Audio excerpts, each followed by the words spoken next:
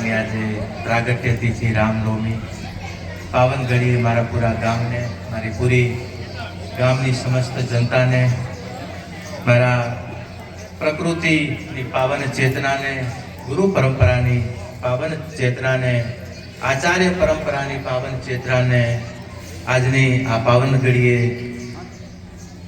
રામ દરબાર રામ મંદિરના દ્વારથી આંગણેથી તાતને અને નારાયણની સાક્ષી, કારણ કે અનેક જ્યારે ઠાકર આવ્યા એના સાક્ષી તો સામે દેખાય ને ઉપર બેઠો છે. ભગવાન આદિનારાયણ, ભગવાન સૂર્યનારાયણ, અને એ સૂર્યનારાયણનું સ્વરૂપ યજ્ઞ નારાયણની હાજરીમાં ભગવાન રાઘવેન્દ્ર સરકારની આ પાવન પ્રાગટ્ય તિથિએ આપ સૌને ખૂબ ખૂબ વધાય. રામનવમીના સર્વને જય સિયારામ, જય સિયારામ, જય સિયારામ. બાપ આજ ખૂબ ખૂબ ધન્યવાદ આપને સૌને કે આજે રામ મંદિર ગુરુ બાપા અનેક વર્ષોથી આજે, કારણ કે આપણો પાટોત્સવ પણ આજ દિવસનો મંદિરનો પાટોત્સવ કે ઠાકરના આગમન પણ રામનવમીના દિવસે જ અહીંયા થયા.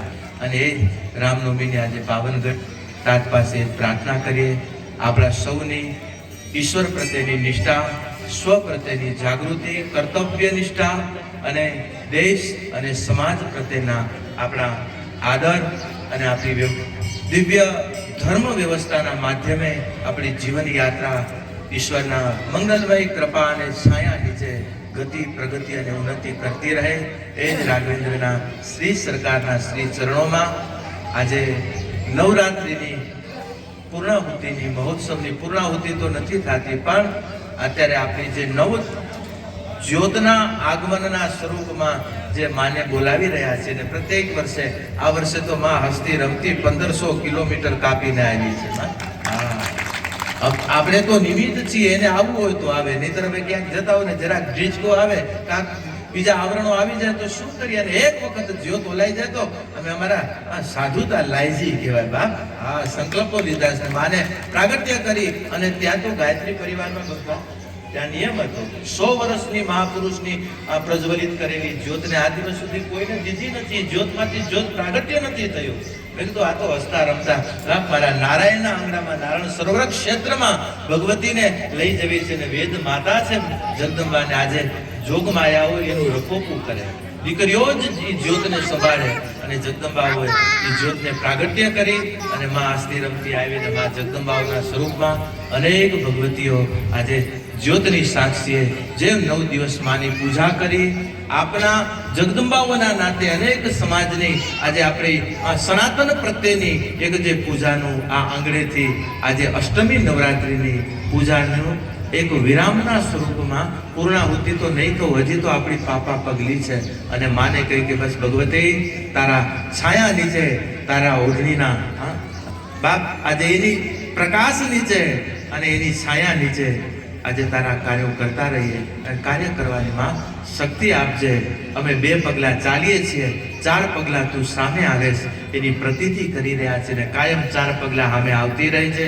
અમારી સમાજની, ભારત વર્ષની જે ગૌરવતા છે અમારી, અને વિરાણીમાં આજે જો અનેક જગ્યાએ, અને આપણે વિરાણીમાં તો ક્યારેય કાંઈ થવાનું નથી. બાપ રાઘવેન્દ્ર સરકાર રામ રાજ્યની સ્થાપના છે.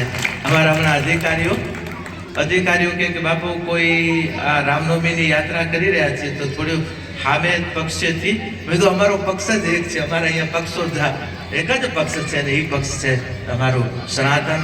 એ પક્ષ છે. અને સનાતનમાં બાપ અહીંયા નાતી જાતિ વાદ આવતા જ નથી ને આવે એ સનાતન નહીં. સનાતન શબ્દના ખોળા લઈને બેઠા છીએ અહીંયા કોઈ પણ. અને ક્યારેય મારા વિરાણીના આંગણે અને વિરાણીના પ્રત્યેક ઉત્સવોમાં બાપ આજે અમને જે સરકાર તરફથી સહયોગ મળી રહ્યો છે એ બદલ એનો આભાર. પણ આજે વિરાણીના આંગણેથી આજે અમારી રાજસત્તાના પણ અધિકારી અને રાજસત્તાનું પણ ગૌરવ, આજે રામસત્તા અને રાજસત્તા એવા પ્રદ્યુમનસિંહજી પણ અહીં ઉપસ્થિત છે. ત્યારે અમે ગર્વથી ગામને અને ગામો વતી આજે પૂરા કચ્છડાને અમે કહી શકીએ છીએ કે અમારી વિરાણીની એકતા, વિરાણીની અખંડતા, અહીંયા કોઈ અમારા કોઈને ક્યારે વાદ આવશે નહીં અને ક્યારે આવવા પામશે પણ નહીં, કારણ કે અમારા પાયા બહુ મજબૂત છે વિરાણીના. આજે મારો મુસ્લિમ સમાજ હોય ક્યારેય વિરોધ નહીં આવે. બાપ આજે મારા દીકરાઓ તો કે આવતા સમયમાં આજે એ પણ મારા રામ રથને હાકલવામાં એ પણ આગળ હશે, એ અમારું વચન છે વિરાણીના આંગણે.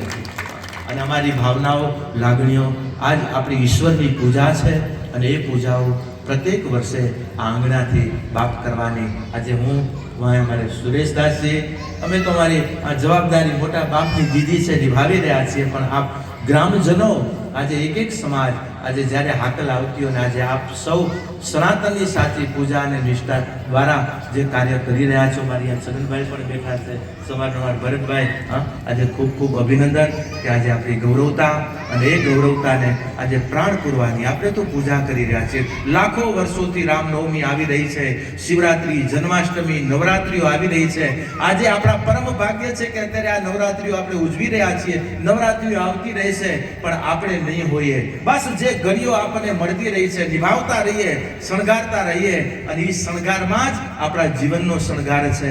એ જ સનાતનમાં જ આપણું સત્ય છુપાયેલું છે ને એ સત્યના સથવારે આપણા જીવનની ભૌતિક યાત્રા અને જીવનની આધ્યાત્મિક યાત્રા આજે પ્રત્યેક ક્ષેત્રે આપણા સૌની આ સુદૃઢ બની રહે એ જ મા ભગવતીના શ્રી ચરણોમાં પ્રાર્થના સાથે ભગવાન રાઘવેન્દ્ર સરકારના આ ચરણોમાં પ્રાર્થના કરું કે હે બાપ, નવમી તિથિ મધુમાસ પુનીતા અને એ પાવન ઘડીએ જ્યારે તાત આજ આપનું આગમન થયું, આજે આ આગમનની ઘડીએ ચરણોમાં વારંવાર વંદના કરી કે આજે પૂજા જે કરી રહ્યા છીએ અને આજ ઘર દ્વારા મારા પ્રત્યેક સમાજ એક થઈ કરીને તારી પૂજા ભગવતીનો જે નાદ આવે ત્યારે ભગવતીની પૂજા કાયમ કરતા રહીએ એ જ તાતના શ્રી ચરણોમાં પ્રાર્થના સાથે વંદના સાથે આપ સૌને રામનવમીની ખૂબ ખૂબ વધાઈ અને આજે આ શુભ ઘડીએ ત્યારે શ્રીજીને પણ જરૂર એ શબ્દ ઠાકોરજીની પૂજાના સ્વરૂપમાં એ શબ્દ જરૂર સમર્પિત કરીએ. અસ્તુ સદગુરુદેવ કી,